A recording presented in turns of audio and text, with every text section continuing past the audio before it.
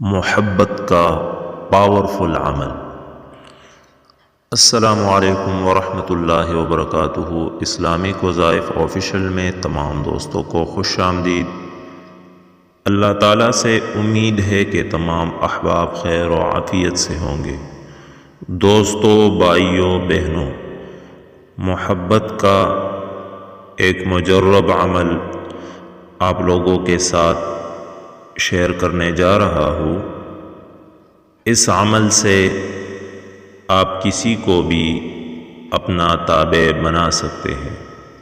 اگر کوئی آپ کو چھوڑ کر چلا گیا ہو تو خود واپس لوٹ کے آئے گا۔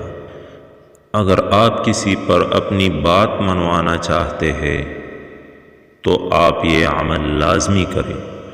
صرف ایک دن کے عمل سے کسی کے بھی دل میں اپنی جگہ بنا سکتے ہیں۔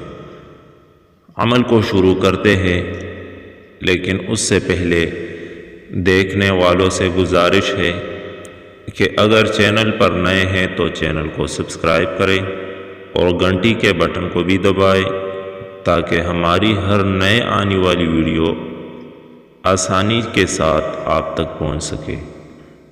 تو چلے وظیفہ شروع کرتے ہیں، عمل کو شروع کرتے ہیں۔ تو دوستو، آپ لوگوں کو اس عمل کے لیے دو چیزوں کی ضرورت ہے۔ ایک، آپ کو چھری چاہیے، دوسرا آپ کے پاس محبوب کا نام یا تصویر ہونا چاہیے۔ اگر آپ کے پاس تصویر نہ ہو تو بھی کام چلے گا، لیکن نام لازمی پتہ ہونا چاہیے۔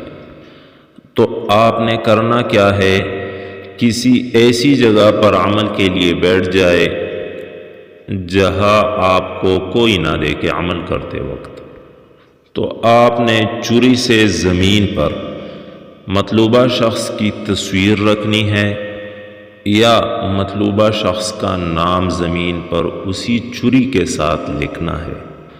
اگر تصویر ہے تو تصویر رکھ دے، اگر تصویر نہیں ہے تو آپ نام اسی چھری سے لکھیں اور پھر آپ مطلوبہ شخص کا تصور کریں۔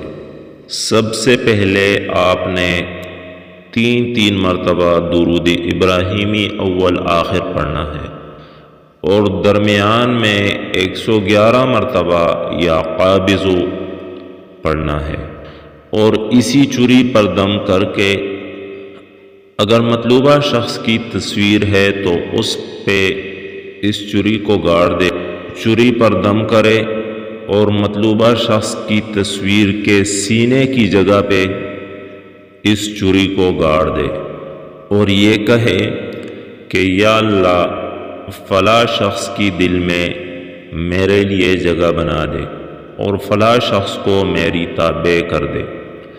اس کے بعد آپ نے دوبارہ یہی عمل دہرانا ہے اور تیسری بار بھی آپ نے یہ عمل دہرانا ہے۔ اگر تصویر نہ ہو تو نام کے بالکل درمیان میں آپ نے اس چھری کو گاڑنا ہے۔ تو یہ عمل آپ 3 مرتبہ کریں، انشاءاللہ ایک دن کے اندر اندر آپ کا مطلوبہ شخص آپ کا تابع اور فرمان بردار ہو جائے گا۔ محبت کے حوالے سے یہ پاورفل عمل ہے۔ اگر ویڈیو آپ لوگوں کو پسند آئے ہو تو لائک کرے اور آگے بھی شیئر کرے۔ اب میں اگلی ویڈیو تک اجازت چاہتا ہوں، دعاؤں میں یاد رکھیے گا۔ اللہ حافظ۔